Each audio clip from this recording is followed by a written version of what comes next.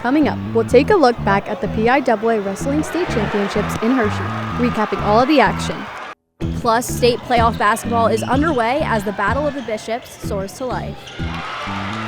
And a look into Penn State Baseball against Lafayette, after the whistle starts now.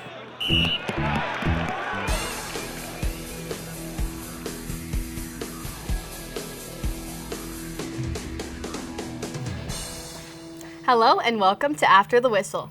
We took a week off, but we're back with coverage of District 6 high school wrestling, basketball, and more.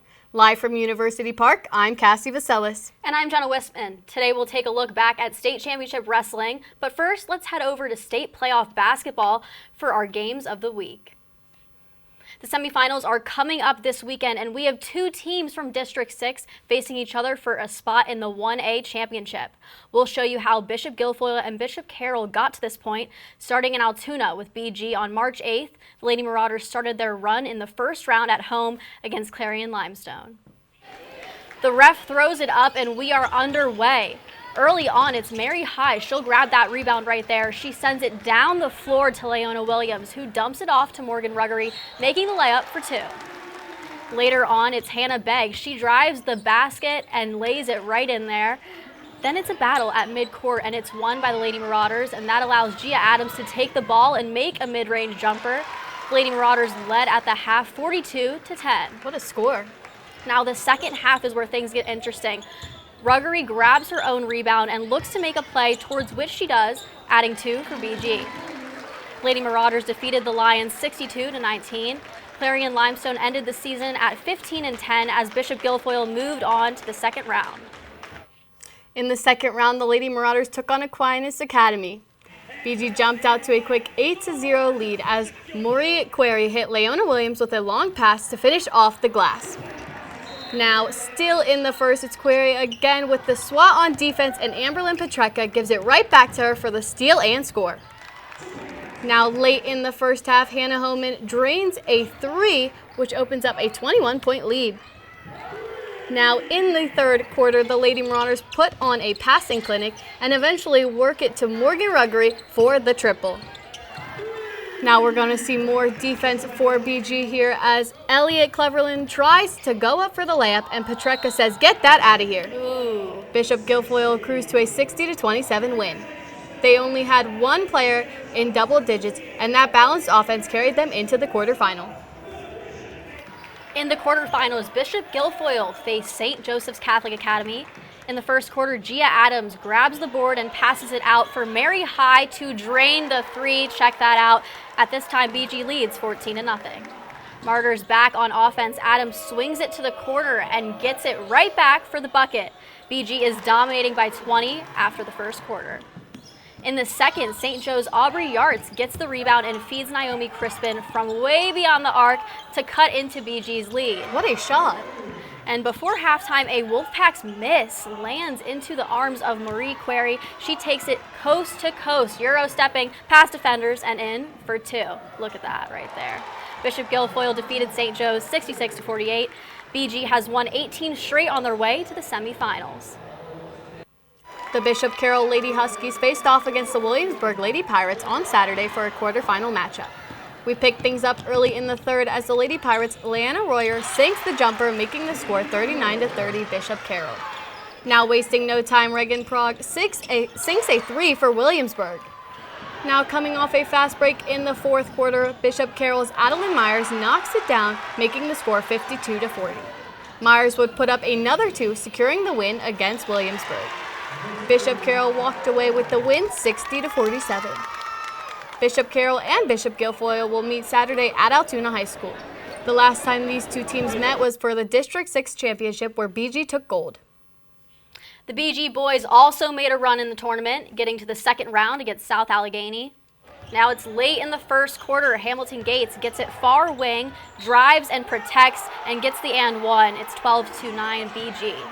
Second quarter, BG still leading. Gladiators missed a three, and Nick Thor saves it on the baseline. Then Torian Consiglio lobs it for Gates, and he flies through the air for the tip finish. With seconds left in the half, Cameron Epps flashes open and drains the buzzer beater three. Listen to that. And that made it 28-26 Gladiators. Now this is where it gets wild right here. First, Drew Cook goes for the reverse. It's no good. And then Troy Ruggery on the fast break gets blocked by Jack Jakowski. Camden Lewis heaves it back the other way to Cook. He gets another chance at the reverse. What a series of plays there. South Allegheny held on in the fourth to take it 55-47. The Marauders season ends as the Gladiators advance to the quarterfinal round and are now in the 3A semifinals after yet another win. Lacrosse season is here. The Central Dauphin Rams travel to State College on Monday night. Faceoff starts the play as we are starting in the third quarter. Cooper Brushwood dodges to the left and buries it for the Little Lions right there. Now after taking a pass, Isaiah Gadsden nips top right, getting the Rams back in it. That's a hard shot right there. Trey Combs then dodges towards the net and finishes as he falls to the ground. Right there, he adds to the State College lead. The Little Lions defeated the Rams 15-7. Central Dauphin moves to 0-1-1 and plays Chambersburg next. State College moves to 1-0 and plays Central Dauphin East next. Penn State Baseball is rolling in the first half of the season and continued that against St. Bonaventure on Dollar Dog Night. Penn State got off to an early lead with a 2 RBI single from Joe Jakonski in the bottom of the first, bringing the score to 2-0. Robert Manio hit a sac fly. He hits a sac fly for St. Bonaventure in the 7th, bringing Jace Charnich in and cutting the deficit down 7-4. They're getting close. And to finish it off, it will be the Georgia transfer Cole Wagner. He hit a single to left field, driving in Penn State's last 2 runs of the game, bringing the score to 10-4. What a great Dollar Dog Night score there. Penn State defeats St. Bonaventure 10-5. The Nittany Lions move to 15-4 on the season as the Bonnies fall to 7-12. Penn State Baseball is taking on Lafayette at Medler Field, where the first pitch just took place moments ago. Our reporter Brian Portney is at Medler Field now. How's it going, Brian? First pitch from Lafayette and Penn State just got underway. We've got a sizable crowd on hand tonight with some nice weather to go along with it. Last night was Dollar Dog Night when 7,506 hot dogs were consumed by fans. The Nittany Lions wrap up this week with a conference series at home against Michigan State this weekend. Back to you guys in the studio. Well, that's a lot of hot dogs. Thanks, Brian. Coming up after the break, we'll take a look at PIAA State Championship Wrestling. But first, let's take a look at scores from around District 6.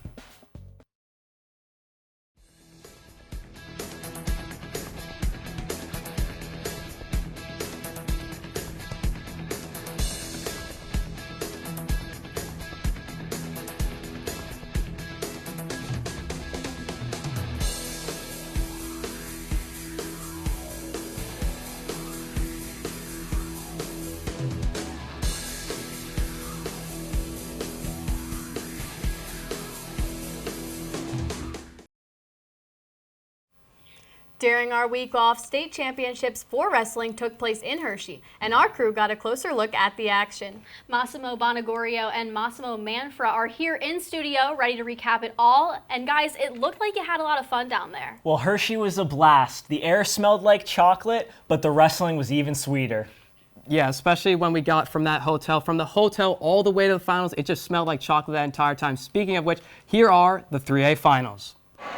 Whitehall's Wilmot Kai and coach Tim Cunningham pumped before his match. Kai defeated Mateo Gallegos of Du Bois by a 7-3 decision, and the Giant Center, well, they were absolutely loving it. Kai is Coach Cunningham's first state champ of his entire coaching career. In the 127 final, Lehigh commit Keanu Dillard defeated Gabriel Ballard by an 8-2 decision, putting up the 3, representing his 3rd state title and as well in the same match, his 100th career win. Major milestones. Unbelievable.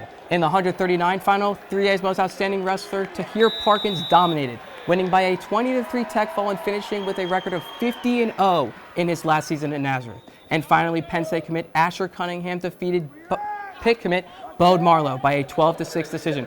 Cunningham showing off the S in State College. Bethlehem Catholic only had 1 champion but came out on top, scoring 88 team points.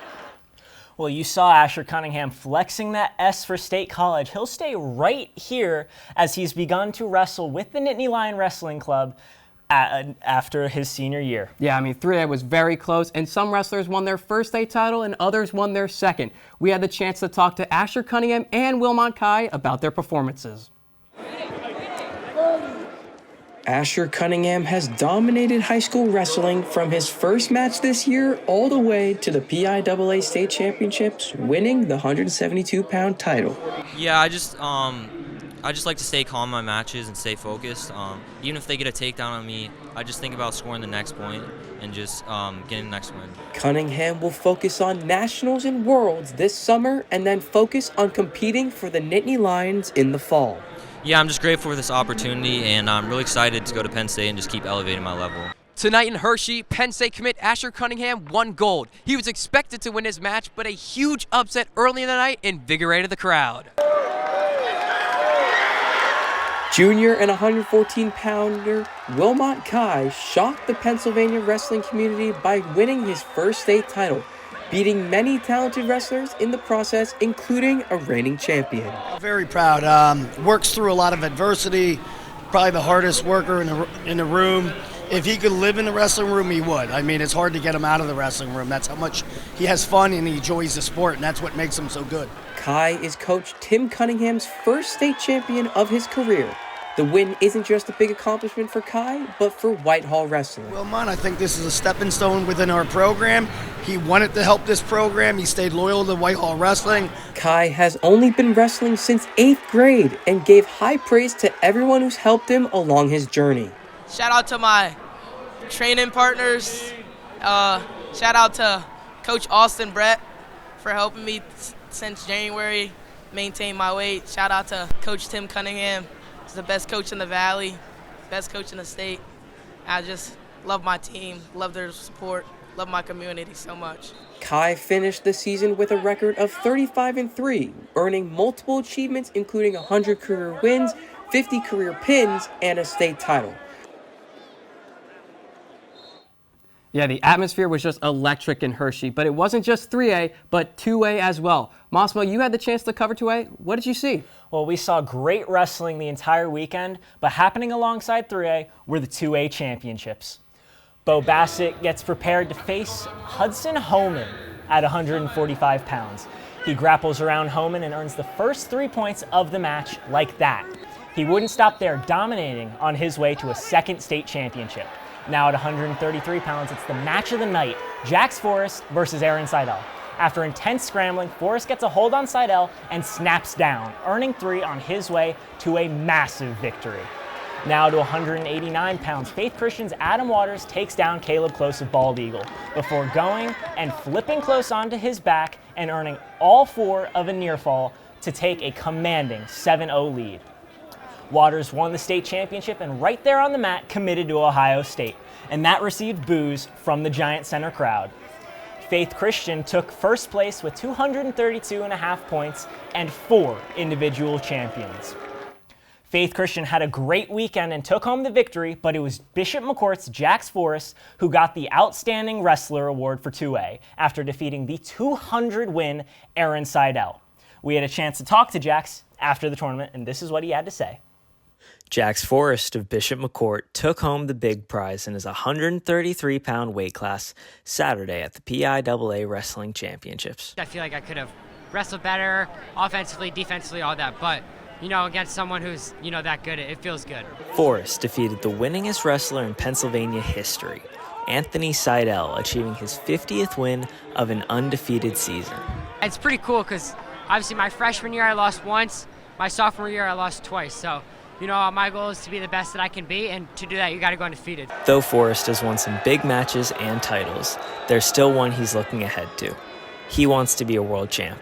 That's my goal. That's, been my focus this whole year, and things like this is just a stepping stone to get there. With him every step of the way is his coach, Howard Forrest, who just happens to be his dad. He says it's a tough balancing act. Out there and you try to just focus on the match and the wrestling that's taking place and just try to be that coach. And I think we have a good relationship where we're able to do that. The elder Forrest says Jax's attitude makes his job easy. That's one thing where I don't really push him too much. He's very, very self-driven, has very big goals ambitions that he works really hard for. It was another great year of states, and next up, we'll be looking forward to U20 World Juniors in Bulgaria this August. Yeah, can't wait as Pennsylvania takes on the rest of the world. But we're not done in Hershey just yet. It wasn't just the guys we covered, it was also the girls, fittingly on International Women's Day. Jenna? That's right, the 2A and 3A boys weren't the only ones there with the girls wrestling right across from them. Girls wrestling has been sanctioned in Pennsylvania for 2 years now, and it is thriving. We begin with Zoe Haynes, cousin of Penn State wrestler Levi Haynes, everyone knows that name, who puts Angelina Spackman into a cradle and rocks her into the pin as she claims her second PIAA state championship right there. And now we move on to 148 pounds. Chestnut Ridge's Violet LaSure drives straight through Jamison Strickland, putting her straight onto her back. She will get a takedown and a near fall, which makes 7 points in just one move. Now that's pretty talented. LaSure's teammate Juliet Out followed her and did not disappoint, picking up Reagan Snyder from the mat and claiming the pin. Montgomery would take home the big prize with 63 points. Chestnut Ridge would claim the second with 58.5 points, and Easton with 56 would round out the top three. Our reporter Janae Overton took a deeper look into this fast-growing sport. Saturday was International Women's Day, and at the 2025 PIAA Wrestling State Championships in Hershey, that day had more meaning.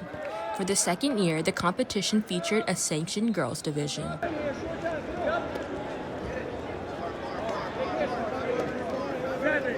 Back this year to compete was Chestnut Ridge's Violet Leisure.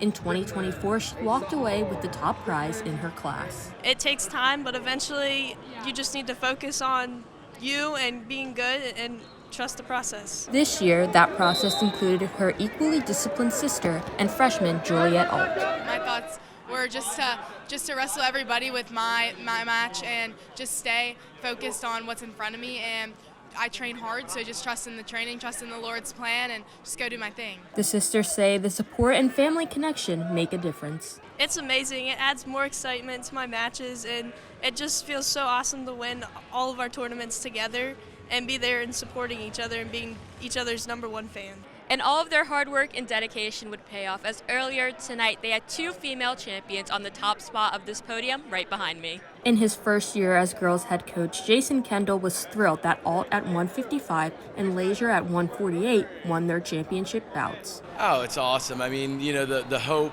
is, we can continue to build the program. I mean, just a day for Chestnut Ridge in general. Teammate Dominic Deputy also took his place on the podium's first place spot. He credits the feeling of extended family at his school with his team and the girls' success. It was awesome, growing up like having Violet and Juliet with us all the whole time. They've been my practice partners, so it's awesome for them to finally have their own way to shine against other girls. Girls wrestling is growing, and not just at the high school level. According to the NCAA, there are now more than 80 women's wrestling programs at NCAA schools. It feels great for today to be National Women's Day and to win a state title, especially now that the girls is sanctioned in Pennsylvania. It feels good. Kendall hopes the program can go from 3 varsity wrestlers, Leisure, Alt, and Kalia Day, by getting the 6 junior high wrestlers hooked on the sport. It's awesome. And, the goal is to continue to build this program out with the girls, Juliet and Violet really being the pioneers that helps build that. With so much young talent running through this program, the future is looking bright as this year's success has already found the program. So Chestnut Ridge finishes the day with 3 state champs and second place among the girls. Not so bad. And a great show of support for all the girls wrestling. It's been an exciting few weeks for District 6 sports, and our Kennedy Rivers has our top 3 plays. Kennedy? It really has been a packed few weeks, but these plays were just too good to ignore. We had a variety of different sports for Penn State and high school, but we were able to narrow it down to these top 3 plays. Our third play, Lady Marauders basketball. Marie Query off the rebound, drills it down the court, Euro steps her defender, and finishes up with a beautiful layup. Sticking with Bishop go for it, but now the boys nick forward with a save, and then Consiglio lobs it for Hamilton Gates, who flies it in the air for the tip basket, playing pass coast to coast for 2. For our top play, it's Central Dauphin boys lacrosse. To pass from behind to the net, Isaiah Gadsden with a left-handed rip on the run and stings to the corner. He goes to celebrate with his teammates, and what a way to start the game. A great few weeks for District 6, but those top 3 plays have really raised the bar. Back to you guys. Thanks, Kennedy. That's all for this week's show. Tune in next week for more coverage on District 6 and Penn State sports. I'm Cassie Vaselis. And I'm Jenna Wisman. For more updates on our show and coverage of games, follow us on X, Instagram, and TikTok at ATWPSU, and check out the Penn State Student Media website. We'll see you next week right here on After the Whistle.